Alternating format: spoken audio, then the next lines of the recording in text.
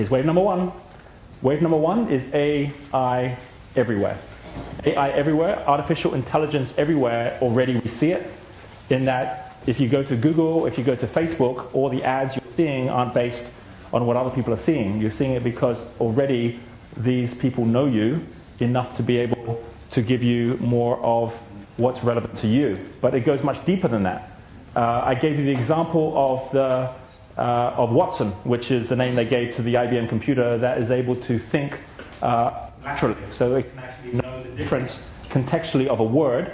Quantum words have multiple meanings, and most computers are literal, or at least old computers are literal. New ones are now contextual, which means it can know if you're talking about a bridge, if it's something around dentistry, it's a different bridge than one around crossing a river, and it understands the difference between that.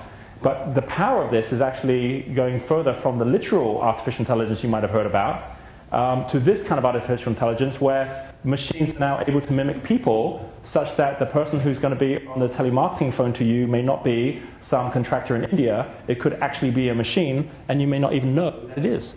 Here is an article which you'll see that a lot of these articles I'm showing, I've left the dates on them. This one is in August. You can see the date there, 29th of August. So everything I'm showing you is ongoing, is new. And why? Because if there's one habit that I recommend you all follow, it is to change your thinking about the teachers or mentors you have around you from teaching teachers, which is what we will learn at school, is that let's get teachers who know what they're talking about because they got a qualification to say they're a doctor or a lawyer or a mentor of some sort, and let's not have teaching teachers, and instead let's have learning teachers. And the difference is a teaching teacher teaches you what they know, a learning teacher is constantly upgrading what they know, and they're teaching you the latest that they are discovering for themselves. And so when we collect mentors, to have a mentor who's already left the industry or who already is coming with a body of knowledge is totally redundant because frankly you can already get that. So here we have, an article about a chatbot where you have got a university in America who basically wanted to see what would happen if a chatbot was to speak to another chatbot. And what happened was they ended up having a conversation all around, I'm a computer, no, I'm a computer. Well, if you're a computer, then you cannot believe in God, but I do believe in God. Do you believe in God? And they started having this whole conversation around God and unicorns and all sorts of things where they were just chatting to each other. And the humans were just watching this go on in this conversation. This is a really interesting conversation. Right? And that's going to be one of our biggest problems in the future when our iPads start speaking to us. The biggest problem is not going to be, can you get information from your iPad? Your biggest question is going to be, does my iPad really like me?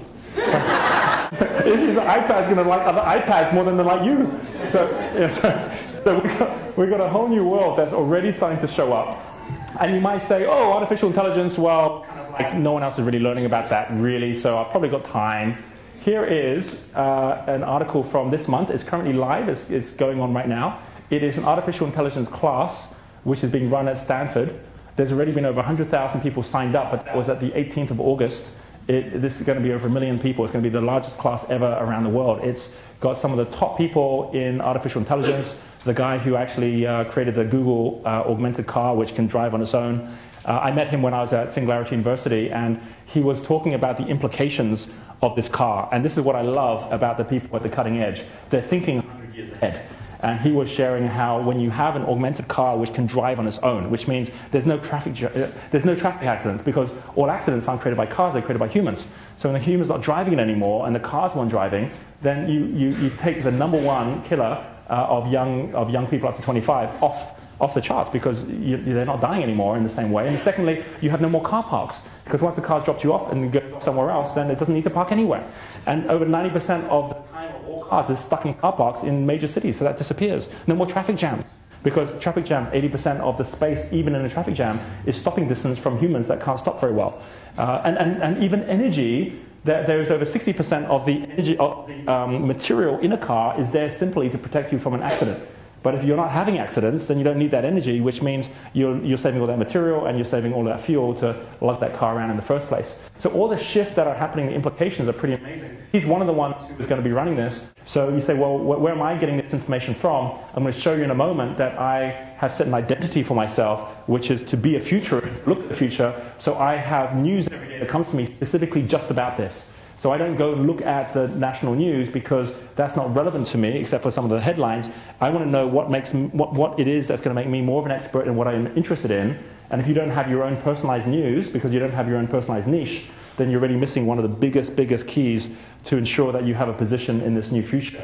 Here is something we may have heard about. You're already having this with Sky. This is an example in the US of one of the fastest growing companies, Netflix, that does very much like what Amazon does, which is to be able to take your preferences, what you coded, say what kind of movies you like, and then what you actually do go ahead and stream. Netflix is now taking over more than 30% of the entire bandwidth and traffic in the US now. It's even more than YouTube because people are watching all of these videos instead of hiring any. And this is a perfect example of artificial intelligence where it knows what you want to watch even better than you do. Right? So it's actually giving you something that says, well, you should be watching this now. And you go, thank you so much. That's exactly what I want to watch. So why is that so important? Because we are going through this massive shift from a traditional way of looking at things where the bigger you got, the less personal you got. You could actually have a small company and still be in business because you could say, I'm more personal than the big company. I'm able to know my customer better than the big company could possibly know the customer. So they're still going to come to me. That's no longer the case. The reason that companies like Borders have now gone bust and bookstores are finishing is because Amazon is able to give you a more personal service of what you should be buying next to read than you can get if you go into Borders, where you're going to have to go and browse to figure it out for yourself. And you're then have to pay for all that storage and distribution to have that book there for you to browse in the first place. So as a result, the economy doesn't work anymore to do that. Artificial intelligence takes over all of that. And what does this mean for you? It means that if you haven't already today got a plan in place to begin to track information on your customers such that you can deliver them a more and more personalized service, then you will be out of business. If you do not have products that enable you to collect that information. So why have we focused so much within our business at things like wealth dynamics or talent dynamics? Because that gives us information in the product where people are now telling us this is who we are, which allows us then to already be far more specific at what we deliver to them, so it's not just the same as everybody else. And this is so critical, and you don't need to be a technologist to already say, well, what information have I collected from my customer this month? And what am I now, as a result of that information, able to offer them differently from what I was offering them before? And this is everything from the point of view of the types of services you provide, as well as the price points of the services you provide, so that you can double and triple your business even before the end of this year by understanding your customer better. Secondly, there is also this concept of collecting information where you're not having to even create it yourself. This is a site that you can go to called paper.ly. Some of you may be using this already. And paper.ly allows you to take any Twitter feed that you have and collect it in one place as a service, as a newspaper, a daily newspaper that gets emailed to your clients. So being on the Fast Forward tour, I wanted to make sure that every day I was getting the very latest information. I follow a whole bunch of very good people who are at the forefront already of the technology, and by me following them and having them in a group, I can then get them published immediately every day and sent out automatically without me doing anything, all the top things. This becomes where I get all my latest information, one of the areas where I get the latest information, but it also becomes the place where others can subscribe. And you can see there it's had over 2,000 views since I put it up, and it allows a service ongoing where you can just go, you just have to go in and just Google Fast Forward Daily, and this will show up, and you can just subscribe to it, and every day get all the latest information coming from all the top sources around the world. You can do that for any niche that you have. So why is it important to have a niche? Not to have a point, which is just a point where you say, this is where I stand, but to have a point for your customers, which is a direction of flow, which they can then access and be involved in as well. The amount of time you spend on social media should be minimized unless it's as a result of something someone's already bought. Because if you're looking at social media as a way to make money, it's almost impossible to do it right now because it's so noisy. Doesn't mean you shouldn't be on it, but it should be being on it as a service to your customers as opposed to a marketing platform to try and get customers.